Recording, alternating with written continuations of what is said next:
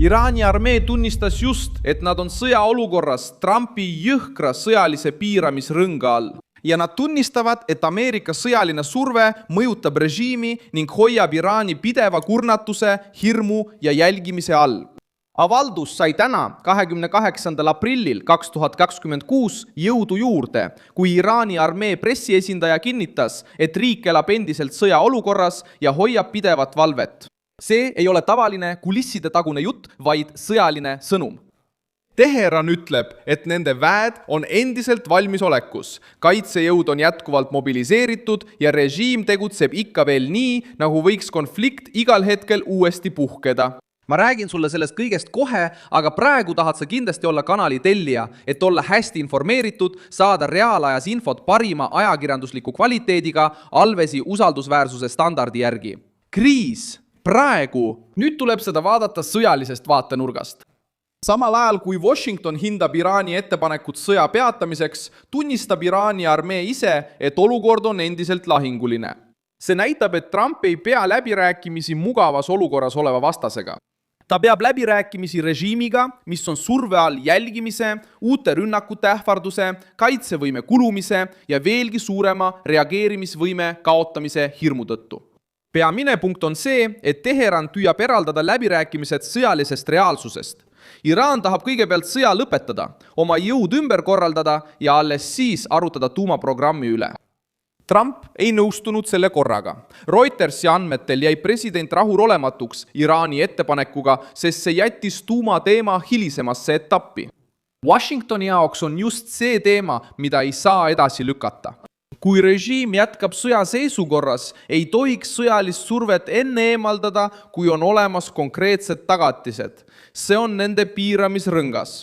See pole ainult vaidlus merel. Tegemist on Iraani hoidmisega surve all, juhtimise, kaitse ja mobilisatsiooni vallas. Kui armee tunnistab sõjaseisukorda, tunnistab ta ka vajadust kaitsta baase, radareid, raketilaskeseadmeid, juhtimiskeskusi, ladusid, piire ja strateegilisi rajatisi. Iga päev selles valmisoleku seisundis kulutab ressursse, kurnab vägesid, suurendab eksimisriski ja takistab režiimil normaalsesse olukorda naasmast. Laheriikide juhtide kohtumine Saudi Araabias kinnitab seda olukorda. Mohammed bin Salman juhatas Jeddas Pärsia lahe koostöönõukogu kohtumist, et arutada vastust Iraani rünnakutele. Reuters teatas, et kohtumise eesmärk oli kujundada ühine reaktsioon pärast kuid kestnud raketi- ja droonirünnakuid piirkonna olulise taristu vastu. See näitab, et Iraani oht on muutunud kollektiivseks kaitseprobleemiks, mis hõlmab varajast hoiatust, õhutõrjet, luuret ja koordineerimist.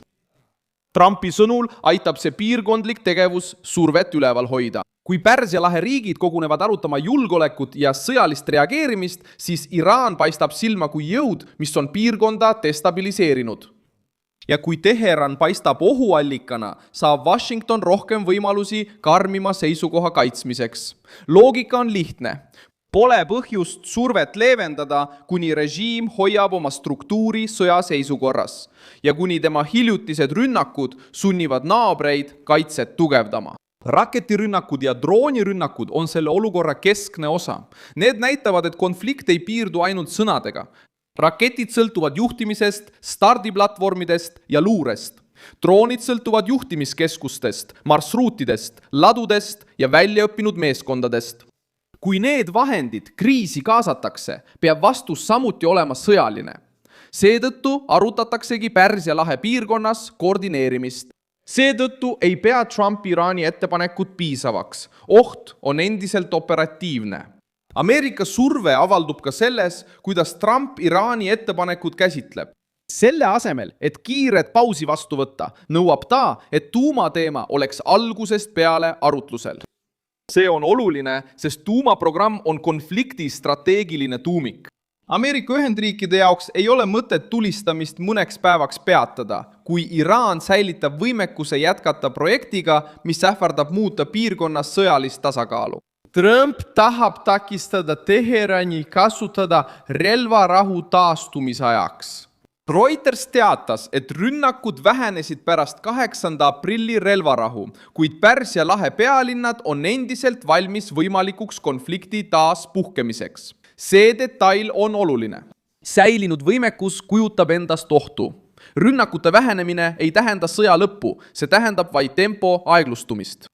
Väed on endiselt positsioonidel, kaitsesüsteemid on valvel, luure jälgib jätkuvalt liikumisi ja valitsused valmistuvad endiselt halvimaks stsenaariumiks. Trumpi sõjaline surve toimib täpselt selles vahemikus, mis jääb relvarahu ja lahtise sõja vahele. Ta hoiab Iraani surve all, ilma et lubaks režiimil hingata, justkui midagi ei juhtuks.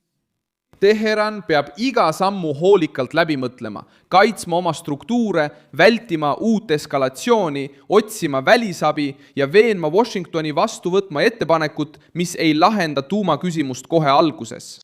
Trumpi jaoks on see eelis. Vastane palub väljapääsu, olles samal ajal endiselt sõjaväelise häireolukorra all.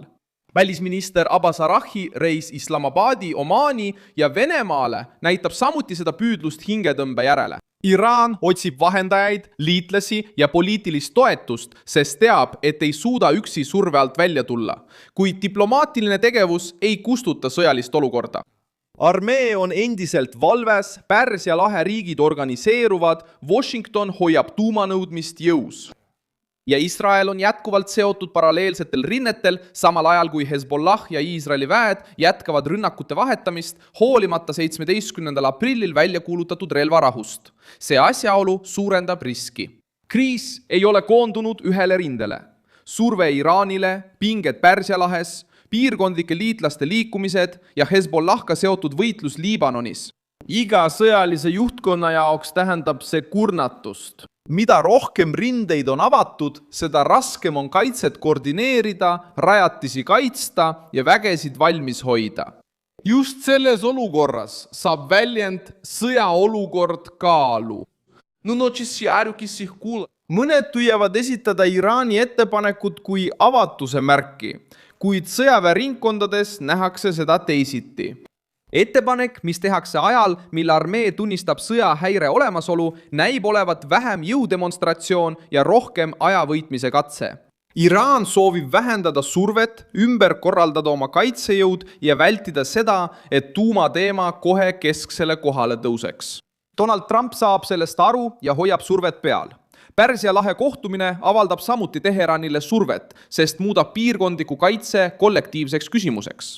Saudi Araabia, Araabia Ühendemiraadid, Katar, Kuveit ja Bahrein osalesid kohtumisel, samas kui Omaani esindatuse kohta oli avaldatud teabes märgitud ebakindlus.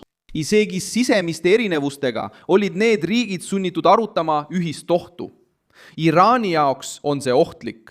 Paremini koordineeritud piirkond raskendab rünnakuid, see vähendab üllatusmomenti ja suurendab iga uue raketi või droonirünnaku hinda.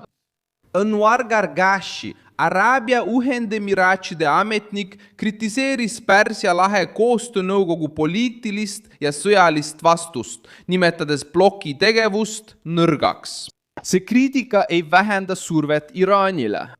Vastupidi, see näitab nõudmist suurema koostöö, kindlameelsuse ja reageerimisvõime järele. Kui piirkondlikud juhid hakkavad nõudma sõjalist jõudu, väheneb Teherani võimalus oma naabreid hirmutada.